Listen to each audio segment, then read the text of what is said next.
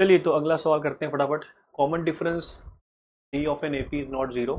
ठीक है, तो अब ए वन डी है तो ए टू भी डी होगा। ए वन अगर डी है तो कॉमन डिफरेंस डी है और फर्स्ट टर्म डी है तो अगला टर्म टू डी होगा। जैसे अगर पहला टर्म वन है और डिफरेंस भी वन है तो one plus one two, two plus one three, ऐसा हो जाएगा। और ए थ्री कितना होगा? Three D. ठीक है, तो यहाँ पर कितना आ रहा है? अच्छा, बी वन की वैल्यू डी स्क्वायर है और पी कौन है? Common ratio of G P is less than one. तो पहला टर्म अगर बी वन का डी स्क्वायर है तो बी टू कितना हो जाएगा? D square R. और बी थ्री कितना हो जाएगा? D square R square. तो नीचे आपको दिख रहा है डी स्क्वायर कट जाएगा, क्योंकि जब आप A one square, A two square, A three square करोगे तो ये हो जाएगा चार, नौ, तेरह, चौदह, फोर्टीन, और नीचे लिखा होगा R plus R square plus one.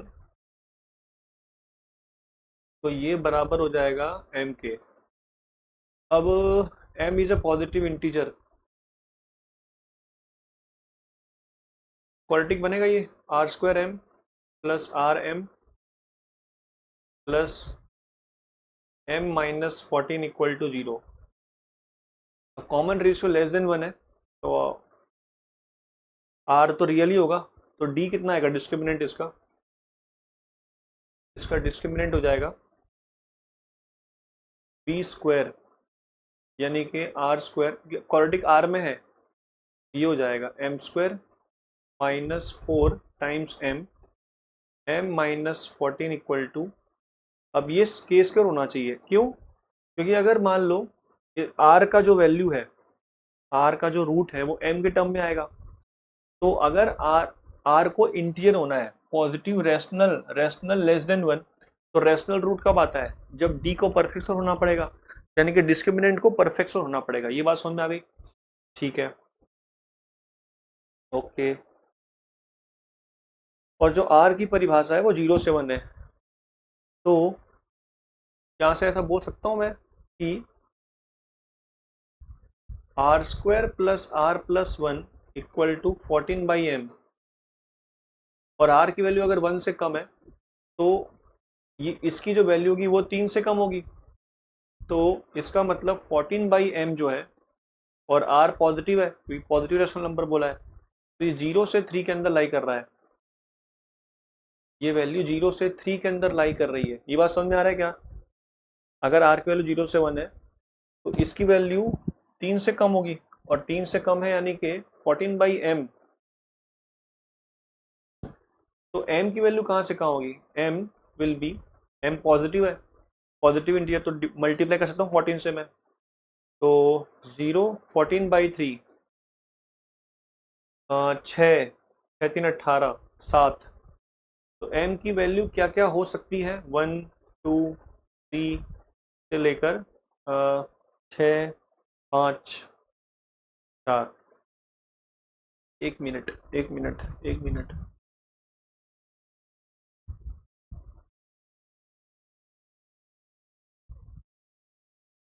B one, B two, B three, one plus R square, ठीक है। थ्री, फाइव थ्री सा फोर, एम फोर। एक काम करते हैं, पहले इसको भी देख लेते हैं एक बार कितना आ रहा है ये वैल्यू। तो यहाँ पर हो रहा है फोर्टीन फोर एम स्क्वायर, तो ये हो जा रहा है fifty six M, fourteen fifty six M, fifty six M minus three M square. ये होना चाहिए के स्क्वायर, ये परफेक्ट होना चाहिए, ठीक है।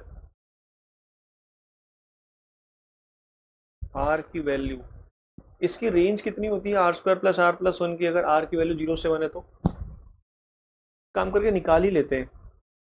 इसका डी नेगेटिव आने वाला है R square plus R plus one का, और जीरो से वन आर है, तो जीरो पे इसकी वैल्यू आ रही है वन, और वन पर पहुंचने पर वैल्यू आ रही है, इसकी मिनिमम वैल्यू कब होगी? माइनस हाफ पर होगी। ओके, माइनस हाफ पर मिनिमम होगा, तो यानी कि जीरो पर वन, और वन पर हो जाएगा तीन, तीन, तीन, तीन। इसको रिवर्स करना पड़ेगा पहले तो। अच्छा, इसको रिवर्स करना पड़ेगा। तो 14/m अगर 3 से कम है तो ऐसा बोलना स्वाभाविक है कि 14m/14 इज मोर देन 3।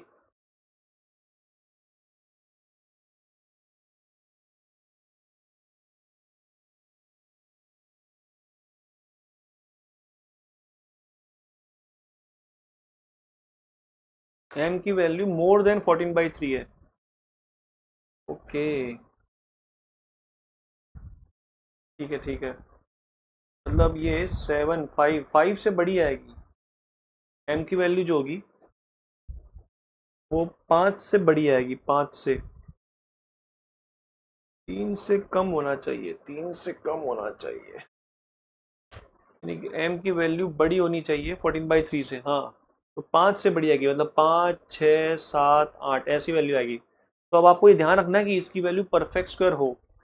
तो अगर मैं यहाँ से 5 रखूँ मैं, तो 5 पे बन रहा है, ये परफेक्ट स्क्वायर होना चाहिए। 5 पे बन रहा है क्या? m वैल्यू निकाल लिया ना। कैलकुलेशन करना पड़ेगा, calculation for m equal to 5। ये हो रहा है 56 इंटू 5 माइनस m5 रखा है, तो 25, 3, 75, 6 5 जा कितना आ रहा है 35 और 25, 285 माइनस 75। क्या ये परफेक्ट और किसी का है? ये हो जाएगा 75, 210। नहीं, परफेक्ट स्क्वायर नहीं आ रहा, तो 5 तो नहीं आएगा, 6 रखते हैं। तो 56 इंटू 6 माइनस 3 इंटू 36, तो 6 कॉमन निकाल लिया, 56 माइनस 18, तो कितना डिफरेंस है? 2 हो गया 20 और 36, 38, 48, 18, 248, 18, 228। 228 भी किसी परफेक्ट स्क्वायर नहीं है, तो 6 भी नहीं है। हार नहीं माननी है, 7 रख के देखते हैं, 7। तो 57 कॉमन निकाल लिया, 56 माइनस एक 721। ज़्यादा कैलकुलेशन नहीं करना है वैसे तो, बहुत कम ही है। 35 इंटू 7, 35, 21, 245, ये भी परफेक्ट स्क्वायर नहीं है। m रखा 8, ये भगवान इसमें आ जाए। m 56 माइनस 3m, तो 8, 56 माइनस 24, तो ये आ गया 2, ये आ गया 3, 32 इंटू 8, 8 4 जा 32 होता है। हाँ, 2 8 है और 2 2 है, तो 16 का स्क्वायर बन जाएगा। ये से बन गया। हाँ, m आ गया 8, m आ गया 8। ठीक है, तो 8 पर फंस रहा है। अब आप बोलोगे सर से बहुत सारे नंबरों के काउंट, अरे नहीं भाई, मिनिमम से मिनिमम देखना है आपको। अब जैसे आप बढ़ाओगे ना वैल्यू, तो ये फिर ये वैल्यू बढ़ती जाएगी, नेगेटिव में चली जाएगी। तो आप अपने आप ही फील आ जाएगा कि भाई कम से कम पे देख लिया आपने 8 वैल्यू आ रही है। तो लॉजिक क्या था इसके अंदर? कैलकुलेटिव सवाल था, ये इतना खास नहीं था। मैं ऐसा बोल सकता हूँ कैलकुलेटिव है, और बस ये क्लिक होना चाहिए था कि m की वैल्यू कहाँ से कहाँ रखनी है, अपने को हार नहीं मानी थी इसके अंदर। ठीक है, चलिए मिलते हैं। Have a good day, bye.